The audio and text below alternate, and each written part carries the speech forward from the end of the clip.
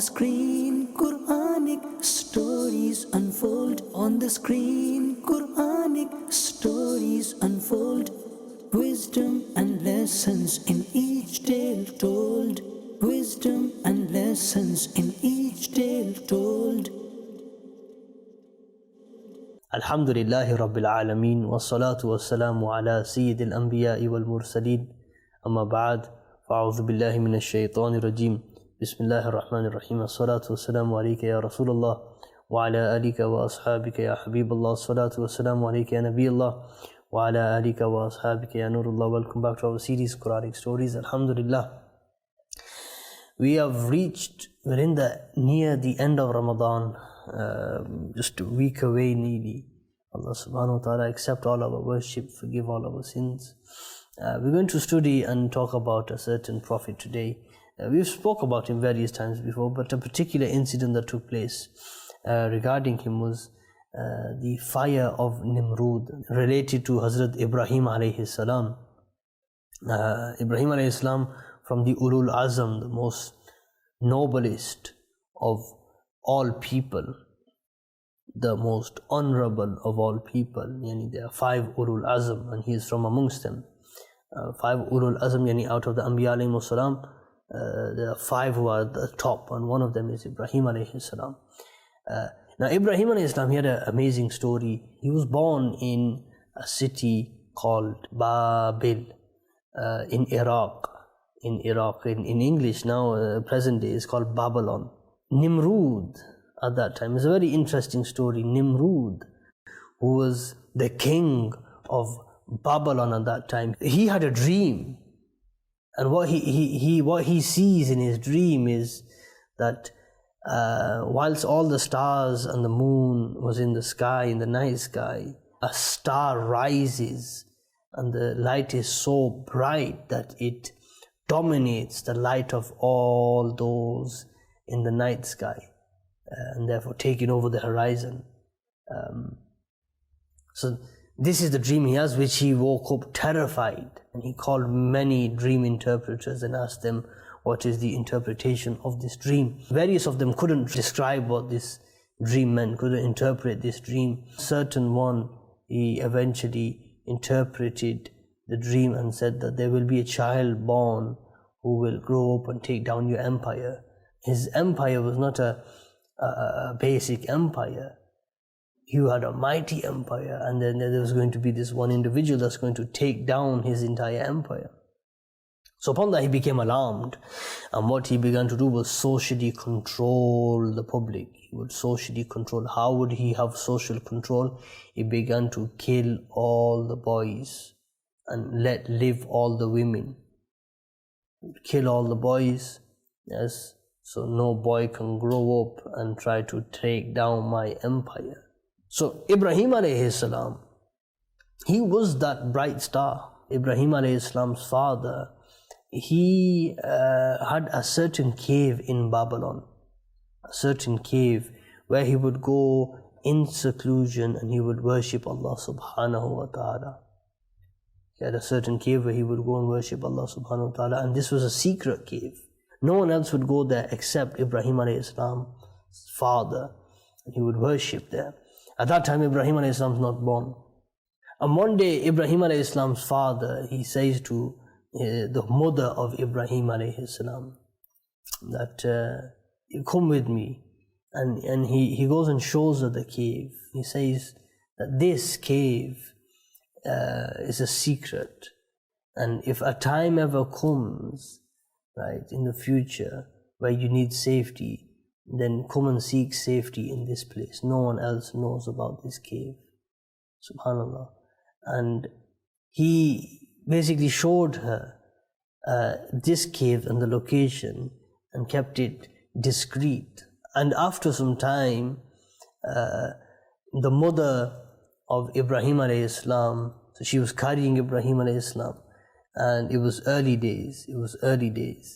And there was a certain principle that Namrood wouldn't kill those children who are reached a certain age. He wouldn't kill those who have reached a certain age, because it's not a born child. It's not a child that's going to be born that's going to take over my empire. Ibrahim alayhi salam's mother gone to the cave. She's residing there in seclusion, in secret, seeking her safety. And he grew up inside that cave, and then he came out of that cave and he reached the city of his home city of Babylon, only to realize what is happening around here, only to see what is happening.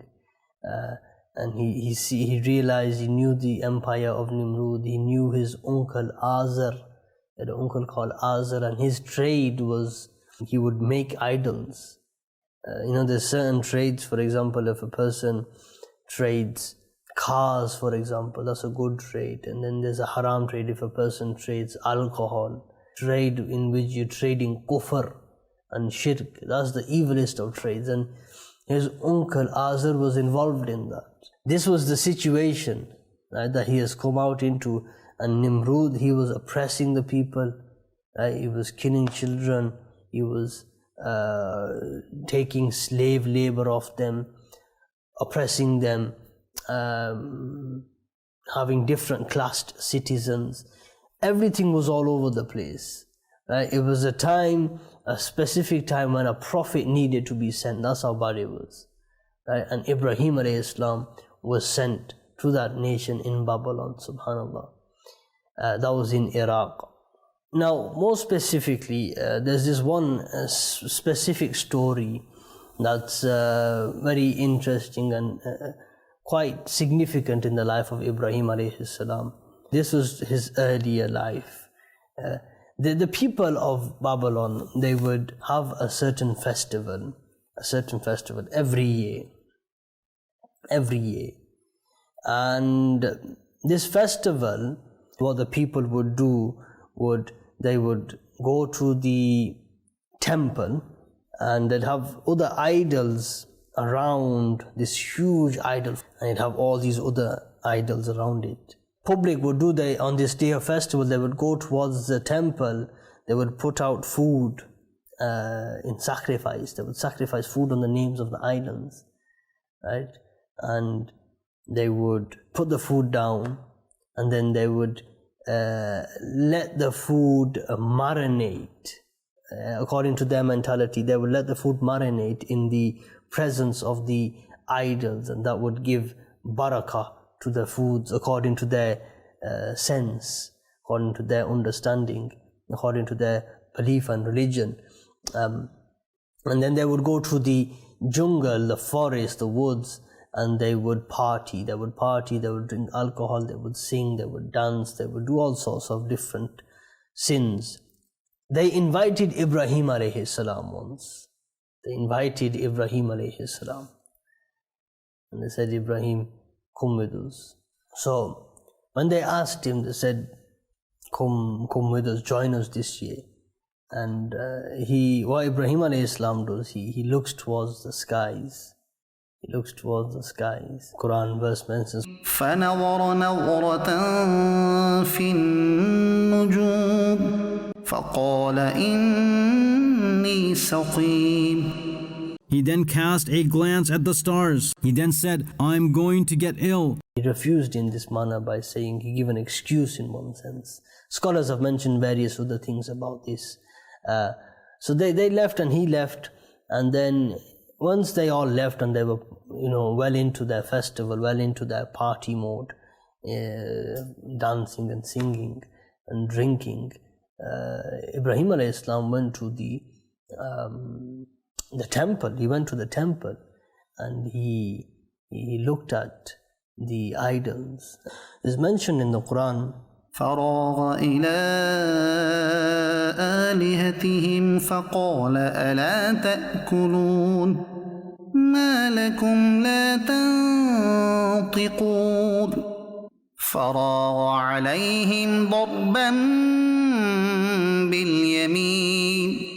So he went towards the idol and he said, do you not eat? Because there was food in front of the temple. He was mocking the idol, that do you not eat? What's the matter? Why are you not speaking? And then he struck them with his right hand. So what the scholars have mentioned is he took the hammer of the main idol and he crushed the rest of the idols surrounding him and placed the hammer back. And upon this, he left, and the message got around, and Nimrud realized and found out that all the idols have been crushed. When the people who were in the festival came back to the temple to get their food, their tabarukat according to their religion, their blessed food according to them, when they came back, they realized that the idols have all been smashed, and then this one idol left with the hammer in his hand. They confronted Ibrahim alayhi salam and said, you wasn't there, you said you were ill, you wasn't at the festival, everyone else was at the festival, it must have been you. And he said, well, the hammer is in the hand of the bigger idol, it must be him, it must be the big idol. Because that's how gods are. Gods want to be bigger than the other, more authoritative of the other, according to their understanding. According to their religion, a god is the one that's more powerful than the other. So according to their religion, it must have been him that's crushed the rest of them and took all the authority himself. So they realize that he's mocking us. They realize that Ibrahim alayhi salam is mocking us. Or they assumed that Ibrahim alayhi salam was mocking them. And they all agreed, and Nimrud agreed. And what we are going to do, we're going to make a fire. We're going to gather wood, and we're going to make a fire, a huge fire, a tower of wood they placed. And everyone participated in this, the elderly, the young.